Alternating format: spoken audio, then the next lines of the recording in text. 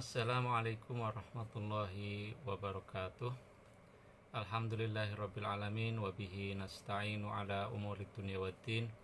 Assalatu anbiya Muhammadin wa ala alihi wa sahbihi ajmain amma ba'du. Alhamdulillah, hari ini kita masih bisa melanjutkan membaca kitab Al-Ahkam As-Sultaniyah dalam rangka mempelajari fikih agraria,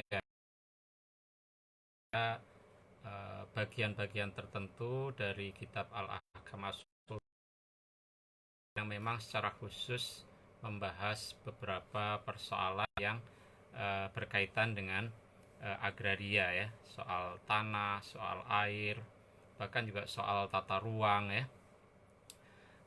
dan juga hubungan-hubungan orang di atas tanah itu ya, baik hubungan itu terkait hak pemilikan, penguasaan, juga hubungan kerjasama di dalam memanfaatkan lahan itu ya. Nah itu semua adalah masalah-masalah agraria ya, yang dibahas oleh Imam Al-Mawardi khususnya di dalam 3 bab, yaitu bab 15 sampai bab 17. Hari ini kita masih melanjutkan mengenai kebijakan al-iqta ya, kebijakan di mana pemerintah atau penguasa mengalokasikan lahan ya, di atas lokasi tertentu begitu, baik pengalokasiannya itu dalam rangka untuk memberikan hak milik yang itu disebut sebagai iqta tamlik, atau hak untuk mengusahakan tanah itu tanpa berkonsekuensi pada hak milik ya, atau kurang lebih bisa disebut sebagai hak guna gitu ya, hak guna usaha atau semacam itu ya. Nah kemarin kita sudah membahas mengenai bagaimana iqta ini diterapkan pada kategori tanah yang disebut sebagai al-mawat dan al-amir ya. 2 hari yang lalu kita membahas bagaimana kebijakan iqta itu pada lahan yang menganggur gitu ya, al-mawat. Lalu kemarin kita membahas bagaimana kalau kebijakan iqta itu diterapkan oleh penguasa bukan pada lahan yang menganggur, tetapi lahan yang sebetulnya sudah diusahakan atau istilahnya al-amir. Nah, terkait dengan kebijakan iqta di atas lahan yang sudah ada aktivitas cocok tanamnya ini atau cultivated land ini mencakup mencakup beberapa bagian ya, yaitu kemarin yang sudah kita bahas adalah bagian yang pertama ketika al-amir tadi itu sudah jelas pemiliknya ya, sudah jelas pemiliknya. Jadi bagaimana kalau penguasa memberikan iqta di atas lahan yang sudah diusahakan dan pemiliknya jelas gitu ya. Nah kemarin ada 2 situasi ya dalam hal kasus seperti ini.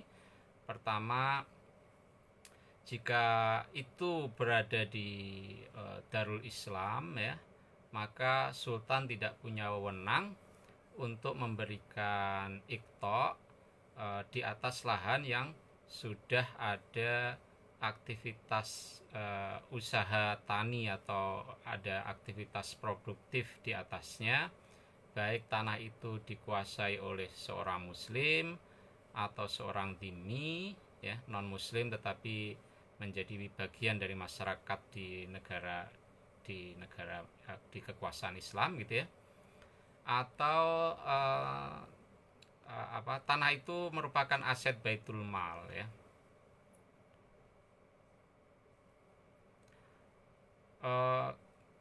Maaf, kecuali kalau aset itu untuk baitul mal, maka aset itu bisa dikenai iqta dengan memungut mungkin eh, apa biaya sewa dan semacam itu.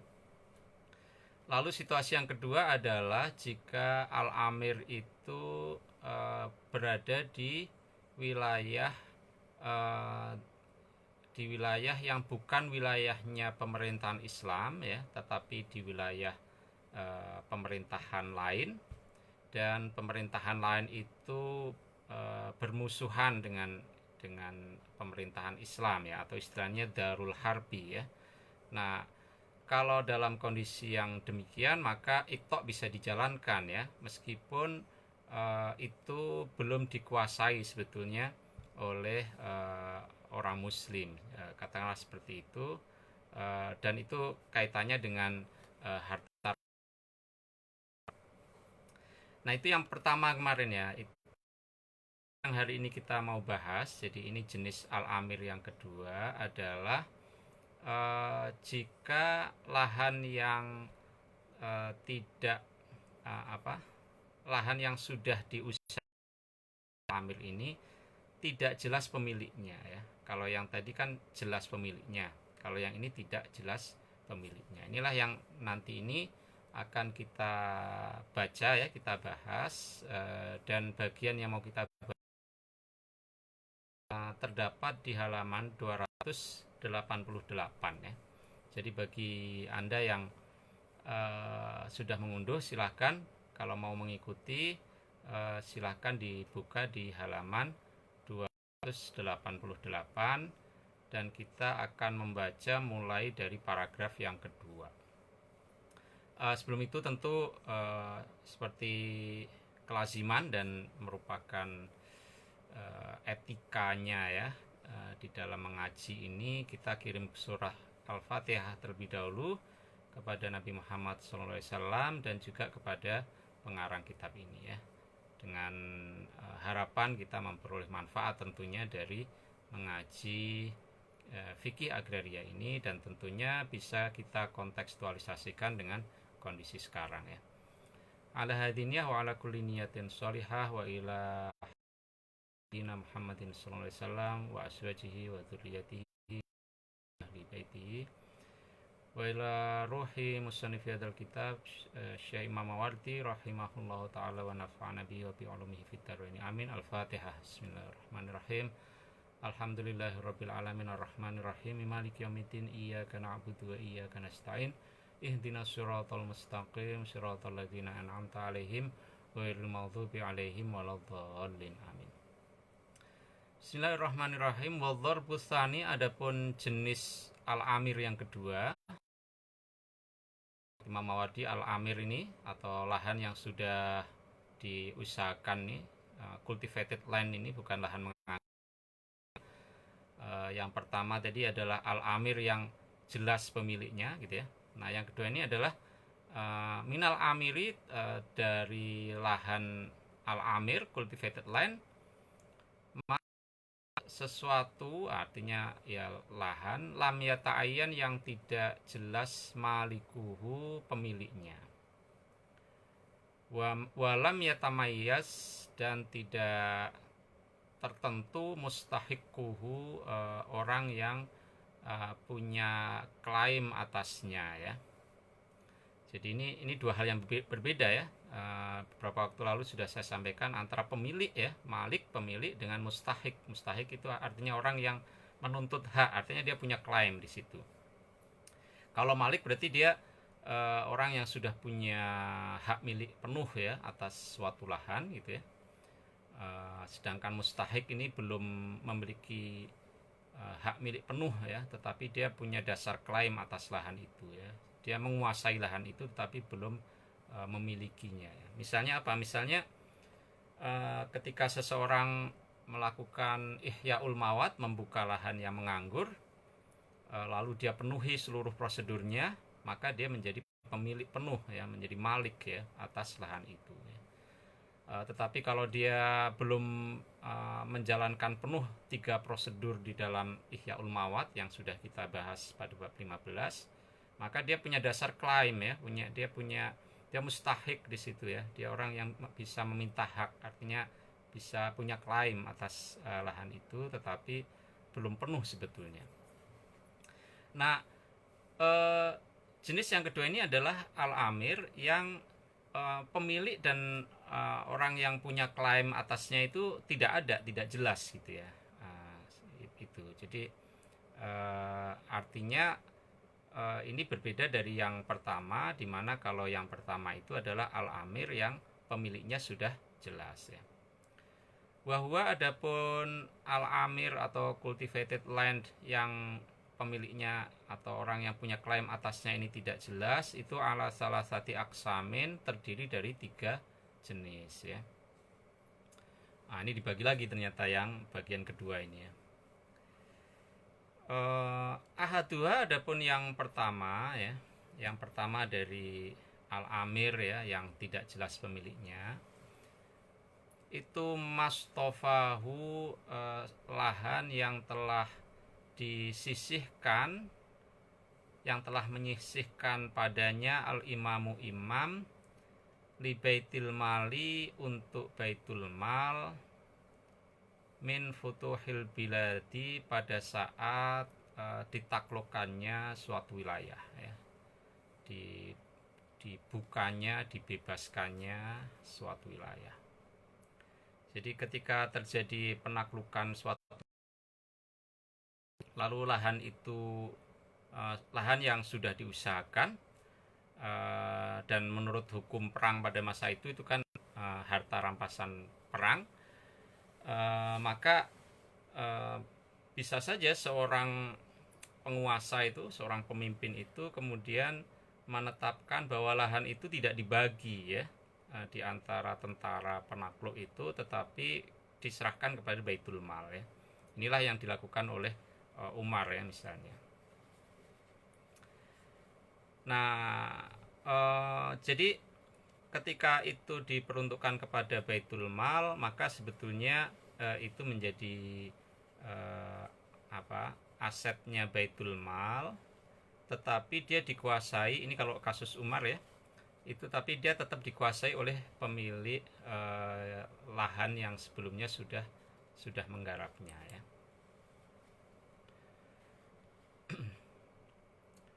Imma bihaqil khumusi, bisa saja dengan hak al-khumus. Jadi hak al-khumus ini kan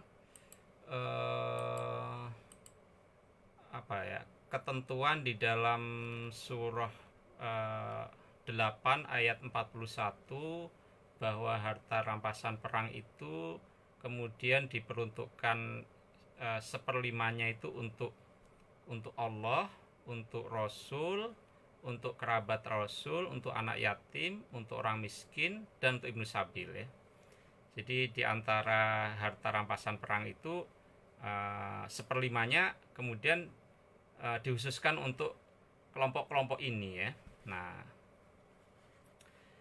ketika Nabi wafat, maka jatah Rasul dan kerabat Rasul itu kemudian dimasukkan kepada Baitul Mal ya. Jadi makanya kemudian ada lahan yang dikuasai oleh Baitul Mal ini ya, karena itu terkait dengan alokasi al-khumus ya. Al-khumus terkait dengan harta rampasan itu. Jadi harta rampasan itu ada yang kemudian dibagi di antara tentara yang menaklukkan itu, lalu ada yang sebesar al-khumus ini, seperlima ini, yang kemudian ini sudah jelas ketentuannya ya, itu untuk Allah. Untuk Allah itu maksudnya juga sebetulnya untuk Baitul Mal ya. Lalu untuk Rasul, kerabat Rasul, dan ketika Rasul dan kerabat Rasul itu Rasul meninggal, maka itu kemudian masuk ke Baitul Mal. Lalu untuk diperuntukkan kepada fungsi-fungsi jaminan sosial ya, untuk anak yatim, orang miskin, Ibnu Sabil ya, orang yang dalam perjalanan membutuhkan bantuan ya, semacam itu. Fayakhuduhu, maka mengambil al-imam hu atas tanah ini, bistihqaqi ahlihi, dengan tetapnya hak penguasaan orang yang menguasainya lahu atas tanah itu ya. Jadi ini yang dilakukan oleh Umar, yaitu tanah-tanah itu apa namanya, tetap dibiarkan di atas, tetap dibiarkan dikuasai oleh pemilik semula, tidak diambil untuk harta rampasan, tapi kemudian dikenai hukuman dikenai pajak semacam itu ya. Jadi bukan tanahnya yang diambil, tetapi itu ini. Oh maaf, saya melompat ya. Fayakhudhuhu bistiqaqi ahlihi lahu, ini maksudnya fayakhudhu, maka mengambil pada humus tadi, bistiqaqi ahlihi, kepada dengan memberikan hak kepada para ahli al-humus ya, lahu atas tanah tadi ya. Jadi ini masih kaitannya dengan al-humus ya, belum masuk ke topik yang lain. Jadi seperti saya sampaikan tadi, al-humus ini kan ada jatah untuk Allah, Nabi, lalu kepada fakir miskin dan segala macam. Nah maka di antara ghanimah yang diambil tadi, harta rampasan tadi itu, lalu diberikan kepada ahlinya ini ya, bistiqaqi alihi lahu ya. Jadi ini masih kaitannya dengan al-humus. Nah itu yang pertama ya. Wa imma bi ayyastofiyahu, dan bisa dan boleh juga ya, ini kan ada beberapa opsi ya. Opsi pertama, si penguasa tadi, si pemerintah, dari ghanimah yang diperoleh waktu penaklukan tadi itu ada yang dimasukkan ke Baitul Mal ya, atau ada yang kemudian al-humus ini diberikan kepada yang berhak ya, fakir, miskin dan segala macam tadi. Atau ini yang lain, wa imma bi ayyastofiyahu, atau dia menyisihkan lahan itu bistitobati nufusil ghanimina, demi memuaskan ya, perasaan orang yang berhak atas ghanimah tadi, maksudnya ya tentara yang menaklukkan, anhu pada lahan itu. Jadi yang lain pilihannya adalah lahan itu, lahan al-amir yang sudah tidak jelas pemilikannya karena sudah menjadi rampasan perang kan, itu bisa diberikan kepada orang-orang yang menaklukkan ya. Jadi yang diambil dari ghanimah kan yang 1/5 tadi sudah jelas ya peruntukannya. Nah yang sisanya ini bisa saja si penguasa memang kemudian memberikannya untuk dibagi sebagai ghanimah, seperti itu ya. Nah atau seperti yang dilakukan oleh Umar berikut ini, faqad istofa, maka sungguh telah menyisihkan ya, artinya dia menahan, tidak memberikan, Umar bin Khattab radhiyallahu anhu, min ardhis sawati, dari tanah di negeri Sawat ya, ini di daerah Iran ya sekarang, Iran atau Irak ya, yang jelas itu kekuasaannya Kisra ya, Kisra.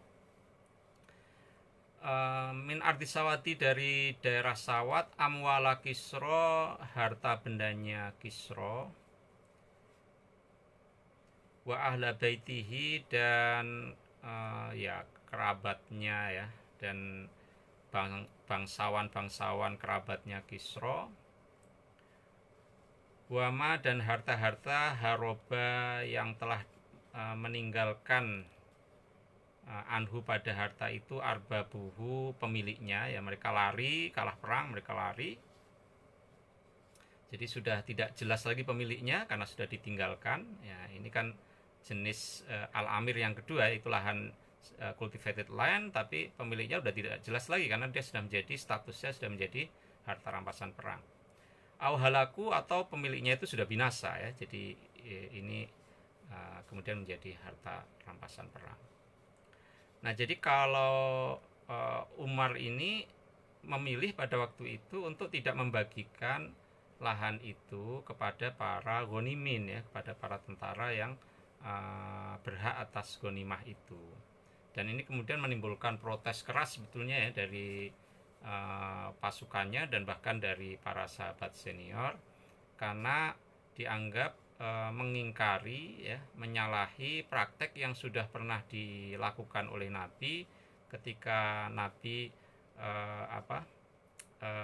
di Khoibar itu harta rampasannya kemudian dibagi ya kepada tentara Islam ya, termasuk Umar waktu itu dapat juga tanah di Khoibar ini, harta rampasan di Khoibar ini. Lalu Umar justru setelah menerima tanah di Khoibar itu dia merasa gundah ya, karena itu adalah dia bilang harta paling berharga yang pernah dia punya ya, kebun kurma yang sangat subur. Lalu dia berkeluh kesah kepada Nabi karena dia justru galau dapat harta yang begitu berharga. Lalu oleh Nabi disarankan untuk mewakafkan lahan itu ya. Itulah praktek di Khoibar itu. Nah, Umar dalam kasus Sawat ini justru dia tidak membagikan lahan itu ya, tetapi dipertahankan penguasaannya kepada penduduk lokal ya, dan itu kemudian diprotes oleh banyak tentaranya maupun oleh sahabat senior seperti Bilal bin Robah ya, sampai kemudian hubungannya sangat tegang sekali waktu itu. Tapi kemudian Umar akhirnya bisa menemukan satu argumen untuk membenarkan keputusannya itu, yaitu dengan mengutip ayat kaila takuna dulatan baina aghniyaikum ya. Jadi supaya kenapa kok itu tidak dibagi, supaya harta itu tidak terakumulasi kepada sebagian di antara kamu ya. Jadi ini menghindari terjadinya akumulasi. Lalu dia berargumen kalau ini semuanya dibagi, maka bagaimana nasib generasi mendatang? Pasti mereka tidak akan punya lahan ya, terutama dari penduduk lokal itu ya. Maka dia Umar kemudian tidak membaginya. Jadi lahan itu tetap dikuasai oleh penduduk lokal, tetapi kemudian penduduk lokal itu dikenai pajak tentunya ya dari tanah itu. Fakana maka ada mablagu ghollatiha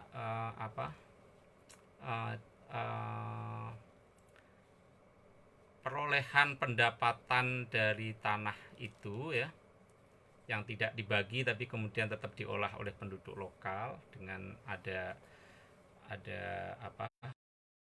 biaya sewa atau apa gitu ya. Itu tis'ata alafi alfin ya, berapa itu, 9 juta ya, 9 juta dirhamin dirham ya. Nggak tahu berapa kalau di kurs sekarang ya. Dirham kan koin emas ya, kalau itu 9 juta koin emas berapa itu, berapa gram itu. Nah karena ada Umar yasrifuha membelanjakan ya, menggunakan uang itu fi masolihil muslimina untuk kemaslahatan umat Islam ya. Jadi kemudian itu untuk memenuhi fungsi-fungsi kesejahteraan umum ya. Walam yakto, dan tidak memberikan ikto ya, tidak menerapkan kebijakan ikto Umar syai'an atas sesuatu pun minha dari ardus sawat ya, dari lahan sawat tadi itu. Jadi di atas lahan itu dia sengaja tidak memberikan ikto ya, tidak dikasihkan ya kepada seseorang gitu ya, sengaja dia tidak melakukan itu, juga tidak membagikannya kepada para tentaranya dengan alasan yang tadi itu. Pertama, menghindari supaya tidak terjadi akumulasi harta di segelintir orang kaya di antara kamu. Nah, ini kan prinsip yang sangat penting ya sekarang ini. Di Indonesia ini kurang dari 1% atau 2% populasi di Indonesia misalnya menguasai 50% lebih ya, hampir 60% aset agraria gitu ya misalnya itu ya.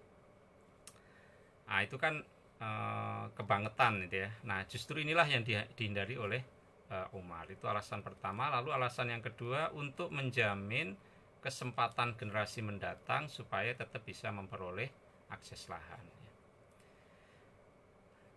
Nah, ini yang dilakukan oleh Umar ya. Lalu summa inna Utsmana, lalu sesungguhnya Utsman, jadi setelah Umar wafat lalu digantikan oleh Utsman radhiyallahu an. Aktoaha, Utsman mengeluarkan kebijakan ikto di atas tanah itu. Jadi berbeda dari kebijakannya Umar ya. Jadi di sebagian dari tanah sawat itu, karena ternyata kawasan ini sangat luas ya, kawasan yang sangat subur, itu kemudian diberikan kebijakan ikto, artinya dia memberikan lahan yang diperuntukkan kepada orang-orang yang dianggap tepat gitu ya. Lianahu, karena sesungguhnya Utsman ro'a itu berpendapat bahwa ikto'aha, memberikan ikto' pada ardus sawat itu aufaro akan menumbuhkan ligolatiha, memperbanyak ya, memperbanyak ligolatiha bagi pendapatannya ardus sawat, minta tiliha, daripada membiarkannya kosong gitu ya. Jadi mungkin sebagian dari ardus sawat ini ada yang tetap tidak tergarap gitu ya, lahannya gitu ya. Sekalipun oleh Umar penduduk lokal dipertahankan untuk tetap mengakses lahan itu, tetapi mungkin ya kawasan itu cukup luas dan mungkin populasinya juga berkurang karena sebagian terbunuh ya waktu perang dan segala macam, itu ada yang lari dan segala macam. Jadi ada kawasan yang masih ta'til ya, masih kosong gitu ya, sehingga Utsman kemudian mengeluarkan kebijakan itu ya. Lalu wasyaroto, dan mensyaratkan Utsman alaman bagi orang atau aha yang Utsman memberikan iktoha pada orang tadi, ayak khuda, untuk memungut ya Utsman minhu, dari orang yang mendapat ikto tadi, hakol fai'i, pungutan fai ya.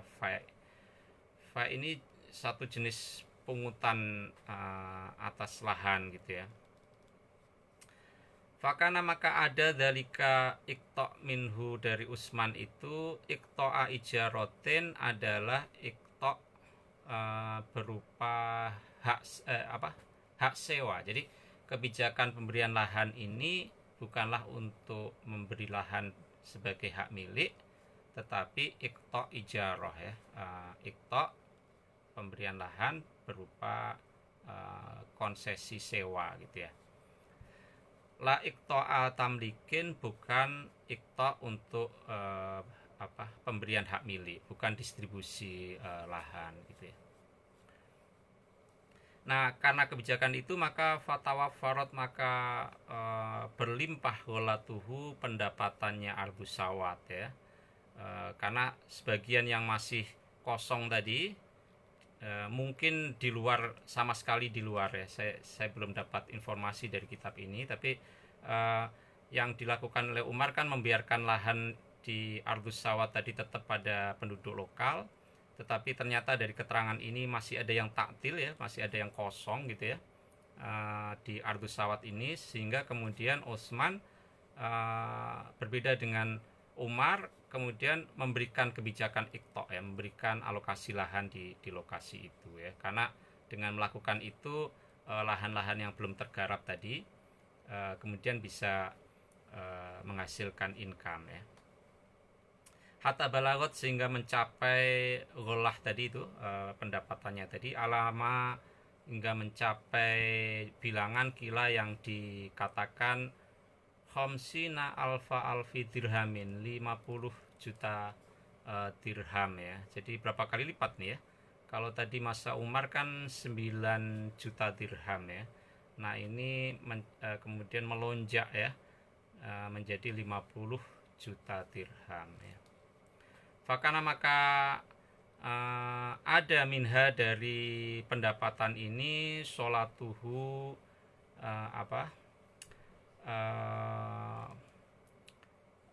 pemberiannya Utsman, maksudnya ya program-program kesejahteraannya gitu ya, wa Yahu, dan pemberiannya juga ya, artinya kemudian uang atau pendapatan ini digunakan untuk kesejahteraan umum ya. Sumatana kolaha, lalu kemudian ditransfer ya, maksudnya kebijakan ini terus berlanjut ya. Atas ardus sawat tadi al khulafa'u, para khalifah, ba'dahu, setelah Utsman. Jadi kebijakan ini kemudian terus dipraktekkan oleh para khalifah setelahnya. Falamakana, maka ketika terjadi amul jahajimi ya, tahun ini satu idiom ya, tahun tengkorak ya, maksudnya ini pada ini ya, sanata isnata ini wasamanina, pada tahun 82 Hijrah ya. Jadi pada tahun 82 Hijrah ini terjadi gejolak politik ya, ada upaya, mungkin istilah sekarang perebutan kekuasaan atau kudeta begitu ya, sehingga tahun itu disebut sebagai tahun tengkorak ya. Jadi tahun banyak orang meninggal gitu ya, banyak terjadi pembantaian mungkin ya. Fi fitnati Ibnil Ash'as, di dalam kasus fitnahnya Ibnu Al-As ya, Ibnu Al-As affair gitu mungkin ya. Nah, itu Ahroko membakar si Ibnu Al-As ini pasukannya ya. Mungkin atas perintah dia juga barangkali ya. Ad-Diwana, catatan registrasi di yang disebut sebagai diwan ya. Diwan itu di situ mungkin kantor di mana ada registrasi untuk tanah-tanah yang tadi itu yang diberikan iktoknya tadi itu ya, dan kemudian dari pemberian itu ada uang sewa yang harus dibayar, itu ada catatan registrasinya untuk semua tanah itu, dan itu disimpan di diwan ini, tetapi kemudian dibakar oleh Ibnu Al-Ash'as ini pada tahun 82 Hijrah ketika terjadi peristiwa pemberontakan itu. Nah, karena catatannya hilang, maka kemudian ya berantakan semua, dan karena situasinya juga situasi kalut gitu ya, ada gejolak politik, lalu kemudian ya tanah-tanah yang sudah ada iktoknya tadi tidak jelas lagi gitu ya. Wa akhoda, lalu mengambil ya, artinya mengokupasi gitu ya, kalau istilah sekarang, kullu qaumin, setiap kelompok, tanah-tanah yalihim, di sekitar mereka ya, karena sudah tidak ada lagi registrasinya ya, bukti-bukti bahwa itu merupakan iktok kepada siapa, berapa luas, berapa harga sewanya, dan semacam itu ya, iktok ijarah tadi itu. Kemudian bukti-buktinya sudah tidak ada, lalu tidak ada kontrol politik, sehingga kemudian tanah-tanah itu diduduki oleh orang-orang yang ada di situ. Fahadan nau, maka jenis ini, minal amiri, dari tanah al-amir, cultivated land, itu ya justru tidak boleh iktau rokobatihi, melakukan iktok atasnya ya. Jadi ini kan kemudian termasuk amir yang awalnya itu berasal dari sejarah penaklukan, lalu kemudian diberikan iktok ya, tapi kemudian catatannya hilang ya. Jadi kemudian amir ini tidak jelas lagi siapa pemiliknya sebetulnya. Maka layak justru tidak boleh ya iktok rokobatihi, untuk memberikan iktok atas lahan itu, li'annahu, karena lahan itu, li'annahu, karena kotsoro, telah menjadi lahan al-amir itu, bistifaihi, dengan disisihkannya dia kepada li baitul mali, kepada baitul mal, itu milkan, menjadi milik likafatil muslimina, bagi seluruh orang Islam ya. Jadi mungkin kalau di kita sekarang ya, ini sudah menjadi tanah negara gitulah ya.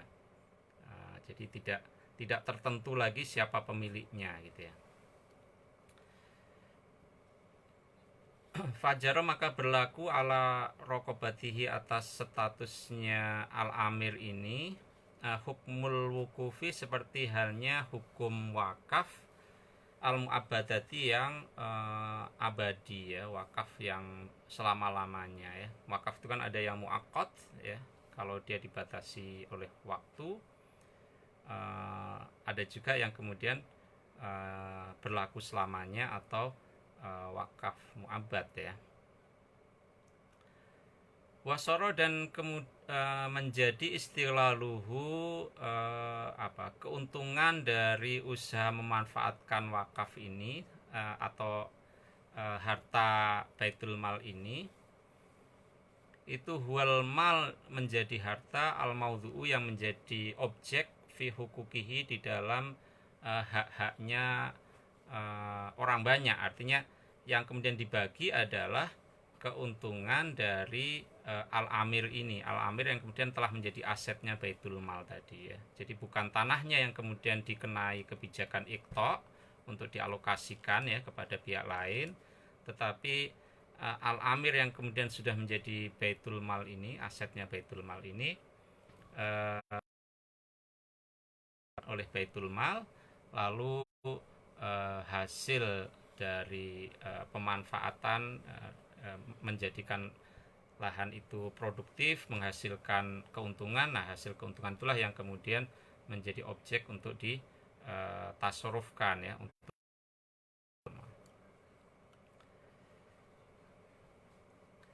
Wasultanu adapun penguasa fihi di dalam al-amir yang semacam ini itu bil khiyari dihadapkan pada pilihan, dia bisa memilih, maksudnya ala wajhin nadhari berdasarkan pertimbangan fil aslahi yang paling baik, yang paling bermaslahat, lahu antara dia tetap menjadikan pengusahaan tanah itu li baitil mali bagi baitul mal kama fa'ala Umar sebagaimana dilakukan oleh Umar radhiyallahu an. Jadi Umar kan tadi sudah disampaikan tidak membagi lahan kepada para tentara penakluk ya di Ardus Sawat itu, tetapi itu tetap dikerjakan oleh penduduk lokal, tetapi itu menjadi asetnya baitul mal, dan baitul mal kemudian menerima para penggarap itu gitu ya. Jadi pendapatannya ya itu dari hasil usahanya itu kemudian menjadi milik baitul mal. Wa baina ayyatakhayyara dan atau pilihan yang lain, dan antara penguasa itu menentukan pilihan lahu pada tanah al-amir tadi itu min dawil muknati di antara orang-orang yang punya kapasitas wal amali dan kerja juga ya, mirip gitu ya. Siapa yang dipilih? Man, orang-orang yakumu yang bisa menjalankan biimaroti rokobatihi untuk mengusahakan tanah tadi ya, bi khorojin dengan imbalan khoroj ya. Jadi inilah yang dilakukan oleh Utsman ya. Jadi kalau yang Umar itu dia tetap mempertahankan tanah itu lalu dikelola oleh baitul mal, tapi penguasaannya oleh penduduk lokal. Atau yang dilakukan oleh Utsman itu lahan-lahan itu diberikan sebagai iqta ya, iqta ijarah bukan iqta tamlik. Artinya iqta yang di situ haknya adalah hak untuk menyewa menggunakan lahan dan membayar sewanya, bukan hak milik. Dan kemudian ada khoroj ya yang kemudian harus dibayarkan ya. Bi khorojin dengan imbalan khoroj yudha'u yang ditetapkan alaihi di atas orang yang kemudian bisa menghidupkan lahan itu, muqaddarun yang diperhitungkan ya, dikira-kira ditaksir gitu ya, biwufuril istiglali, dengan saldonya dari hasil mengusaha dan kurangnya. Jadi artinya diperhitungkan dari margin, kemudian diperhitungkan, lalu dari situ naik apa khoroj ya. Kama fa'ala Utsman, sebagaimana dilakukan oleh Khalifah Utsman radhiyallahu an ya. Jadi ini dua pilihan ya. Wayakunu, dan ada al khoroju, khoroj itu ujrota tasorufin, merupakan pembayaran untuk gunakan, dibelanjakan fi wujuhil masolihi, untuk berbagai macam kemaslahatan ya. Jadi khoroj yang diterima tadi itu merupakan pembayaran yang peruntukannya ya, pembelanjaannya itu harus digunakan untuk kemaslahatan. Jika ada lahan itu makhudan, diperoleh, diambil bil khumusi, dari seperlimanya ghanimah tadi ya, yang tadi sudah disampaikan. Jadi ghanimah itu seperlimanya kan bagi diperuntukkan untuk Allah, Rasulnya, kerabatnya, anak yatim ya, ibnu sabil ya. Nah, jadi ketika harta rampasan tadi ada yang oleh Umar kemudian dikelola oleh Baitul Mal, atau yang oleh Utsman ada yang diberikan ikto, berupa ikto sewa ya, lalu ikto ijarah ya. Lalu tentunya di luar itu ada seperlima yang sudah jelas ininya ya, alokasinya ya. Nah, dari humus ya, fayusrofu, maka itu ditasarufkan fi ahlil humusi, kepada para penerima hak humus itu. Jadi kalau lahan yang diberikan iktok tadi itu di luar yang al humus ini, maka pembayarannya kemudian digunakan untuk kemaslahatan umum ya, untuk kemaslahatan bersama ya, untuk ya macam-macam ya. Tetapi kalau itu berasal dari tanah yang jatahnya al humus ini, tentu peruntukannya sudah jelas, yaitu untuk fakir miskin, anak yatim, dan seterusnya. Fa'ingkana, maka jika ada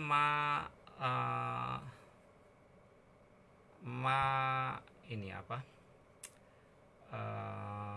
Ma ini berarti pembayaran ya.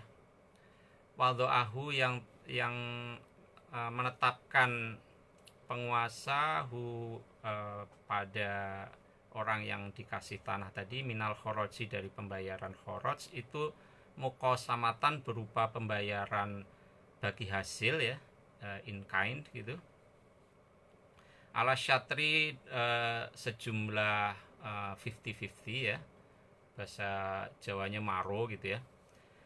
Minas simari, berupa buah-buahan ya, jadi pembayarannya dalam bentuk buah-buahan, bukan dalam bentuk uang gitu ya. Wazuru'i, dan tanaman pangan gitu ya, tanaman pertanian, maksudnya ini ke crops ya, pangan ya. Maka ya, jadi bagaimana kalau akad ketika memberikan ikto ijaroh tadi bukan kemudian dikenai pungutan sejumlah uang gitu ya, tetapi itu dalam bentuk bagi hasil gitu ya, mukosamah gitu ya. Nah, itu jaza, maka boleh finnahli, di dalam korma ya. Kalau untuk korma bagi hasil itu boleh ya. Nah, karena ada presidennya ya, kamasako, sebagaimana telah mengikat akad musakoh ya. Musakoh itu artinya akad ketika lahan yang berupa harta rampasan perang itu kemudian oleh Rasul itu digarapkan kepada penduduk setempat supaya itu dirawat, disirami, yaitu akar kata musakoh kan artinya menyirami ya, artinya dirawat gitu ya, disirami dan segala macam. Lalu dari situ ada bagi hasil ya. Jadi kama sako sebagaimana telah mengikat dengan akad musakoh Rasulullah utusan Allah sallallahu alaihi wasallam ahla Khaybar, penduduk Khaybar ya, ala nisfi atas maro tadi ya, separuh-separuh tadi, min thimarin nahli, berupa buah kurma. Jadi kalau akad ketika ikto ijarah tadi berupa bagi hasil, itu boleh kalau tanamannya berupa kurma ya. Wajawazu adapun kebolehannya mukosamah ya, bagi hasil tadi itu fisyari di dalam tanaman pangan itu mu'tabarun, di tergantung ya, mu'tabarun itu tergantung bikhtilafil fuqaha'i, menurut perbedaan para fuqaha, para ahli fikih, fi jawazil mukhabarati, mengenai boleh tidaknya akad mukhabarah ya. Mukhabarah itu bagi hasil mengelola tanah dengan benihnya itu dari penggarap. Ini kan tanaman pangan ya. Jadi kalau yang tadi kan kurma kan tanaman tahunan, perkebunan gitu ya. Nah, jadi bagaimana kalau akad kalau ikto ijarah yang diberikan oleh penguasa tadi di atas amir ya, al-amir tadi, itu akadnya bukan pembayaran uang ya, atau PBB ya istilah sekarang itu, tetapi dalam bentuk ketika itu berupa lahan pertanian pangan dalam bentuk akad mukhabarah gitu ya. Nah, ini tergantung apakah para ulama fikih itu membolehkan mukhabarah ini atau enggak ya, ketika benihnya dari penggarap. Nah, faman ajazah, maka barang siapa yang membolehkan mukhabarah, maka ajazal khoroja, boleh mereka juga membolehkan al khoroj biha, pada tanah ini ya. Jadi ikto ijarahnya bisa juga dengan akad mukhabarah ya. Jadi khoroj ya, pungutan yang ditarik itu berupa inkain dalam bentuk akad mukhabarah. Waman mana aminha, dan barang siapa, maksudnya ulama ya, dan ulama yang melarang minha dari akad mukhabarah, maka mana'a, dia juga melarang minal khoroji, melakukan khoroj biha, pada tanah itu.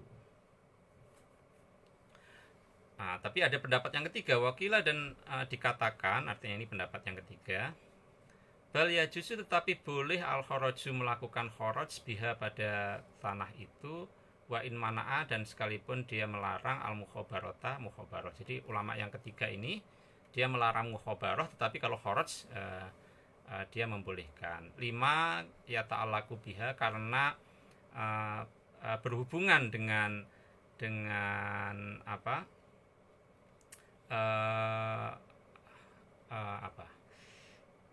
mukosamah pada khoroj ini, umumul masolihi, kemaslahatan yang bersifat umum, allati yattasi'u, yang lebih luas hukmuha, hukumnya, an ahkamil uqudi, dari hukum akad-akad, al khosoti, yang khusus. Jadi kenapa dia membolehkan khoroj dengan akad mukhabarah, karena dalam konteks pungutan khoroj ini dia berkaitan dengan kemaslahatan yang lebih umum ya, sehingga hukumnya juga lebih longgar, lebih luas ketimbang mukhabarah yang memang itu terjadi antara pemilik lahan dengan penggarap ya. Kalau ini kan khoroj ini kan antara penguasa dengan yang diberi ikto ijarah tadi ya, dan ini kemaslahatannya lebih luas, sehingga kan meskipun dia melarang mukhabarah. Wayakunu, dan ada al usru, sepersepuluh itu ya, itu wajiban, suatu kewajiban fisyari, di dalam tanaman pangan ini, dunas samari, bukan tanaman buah-buahan kayak kurma. Jadi kalau tadi untuk kurma itu maro ya, separuh-separuh gitu ya, maka untuk tanaman pangan ini pungutannya adalah al-usru ya, 1/10. Kenapa begitu? Li'anna zar'a, karena sesungguhnya tanaman pangan itu milkun, menjadi hak milik li zari'ihi, bagi orang yang menanamnya ya. Wasamarotu, sedangkan buah ya, buah kurma itu milkun, menjadi milik, artinya ada hak di situ likafatil muslimina, bagi seluruh orang muslim ya. Masrufatun, yang harus ditasarufkan, diperuntukkan fi masolihim, untuk kemaslahatan mereka. Jadi ada perbedaan antara tanaman pangan ya, di mana hak orang yang memiliki itu jauh lebih besar dibanding kalau itu tanaman buah-buahan kurma tadi, di mana itu hak umat Islam ya secara keseluruhan, artinya masyarakat itu jauh lebih besar gitu ya, sehingga itu juga mempengaruhi berapa pungutan kharaj yang bisa dipungut ya dari kedua jenis komoditi ini. Kita sudah menyelesaikan bagian pertama dari al-amir yang pemiliknya tidak tertentu ya, tidak jelas gitu ya. Itu masih ada dua jenis lagi dari al-amir yang semacam ini. Nah, kita akan melanjutkan pembahasannya insya Allah besok ya, karena ini sudah terlalu panjang ini ya. Semoga bermanfaat untuk saya sendiri dan juga bagi Anda yang berminat dengan mengaji fikih agraria ini. Insya Allah kita ketemu lagi besok ya. Saya cukupkan sekian. Wassalamualaikum warahmatullahi wabarakatuh.